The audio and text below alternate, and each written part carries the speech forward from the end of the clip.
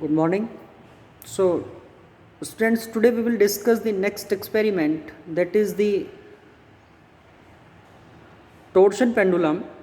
And in this experiment, we will determine the moment of inertia and the rigidity modulus of the material of the wire by which our pendulum is hanging. So, what exactly the meaning of this torsion pendulum is?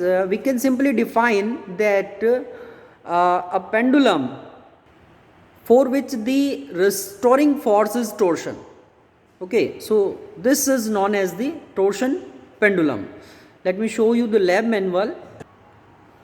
So here is our lab manual, and aim, apparatus required, formula used, all things are given.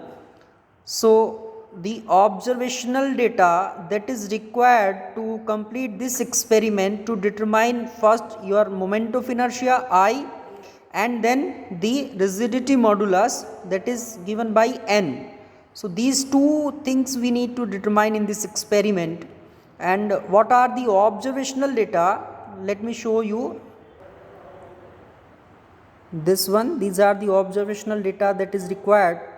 So what is the mass placed on the disc, distance d1 and d2, radius of the wire that we will determine by using the screw gauge, and all these values of t naught, time period t1, t2. Here you can see d1 is the distance when the mass is placed in the middle. Both the masses are placed in the middle. That time we will note down our time period, time taken to complete the 10 oscillations with the help of our stopwatch. And then at d2 position we will note down the time period, time taken to complete the 10 oscillations. So that is required. Okay, without mass, then with mass at d1, then with mass at d2. These are the simple observational data which is required to do the calculation part. By doing the calculations you will get the result. And now we will moving towards the experimental setup. Let us move towards the experimental setup. So this is the experimental setup for the torsion pendulum.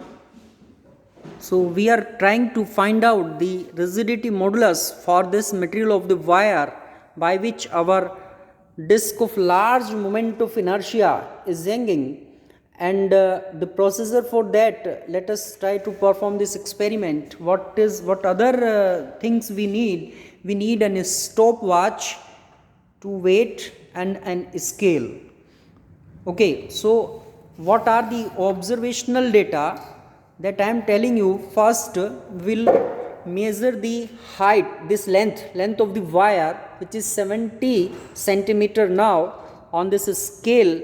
And at a length of this 70 centimeter we will determine the time taken to complete the 10 oscillations, as we will twist the disc like this. We will twist and we will note down the 10 oscillations and the time taken to complete this 10 oscillations during this system.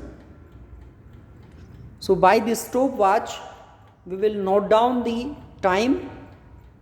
So we have noted down the time taken to complete the 10 oscillations without mass, and now we will make it in the equilibrium position, in rest position, and then we will apply the load for this at D1 position. So this is our D1 position.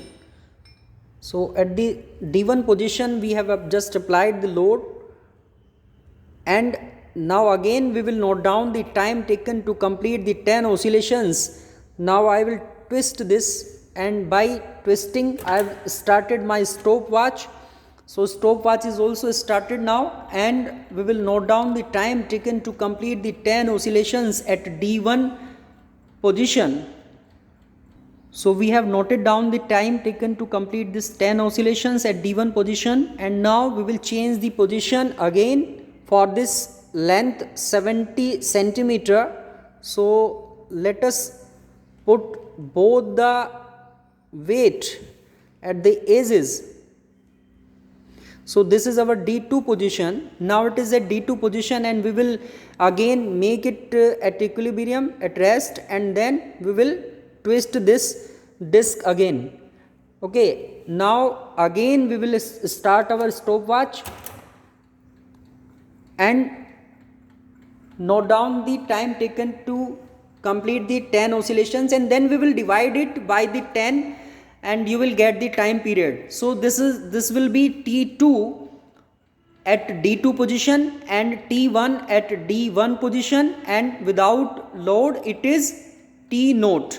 So these are the time period which is required in our observational table, and this we will done for the different lengths also. 70 centimeter this time we have taken, and again then we will take some different we will vary the distance for 60 centimeter, for 50 centimeter, and then note down all the observations. So let me note down the observation and then we will continue. So we have taken all the observations for the time period and make few of the calculations also for the variables which is given here.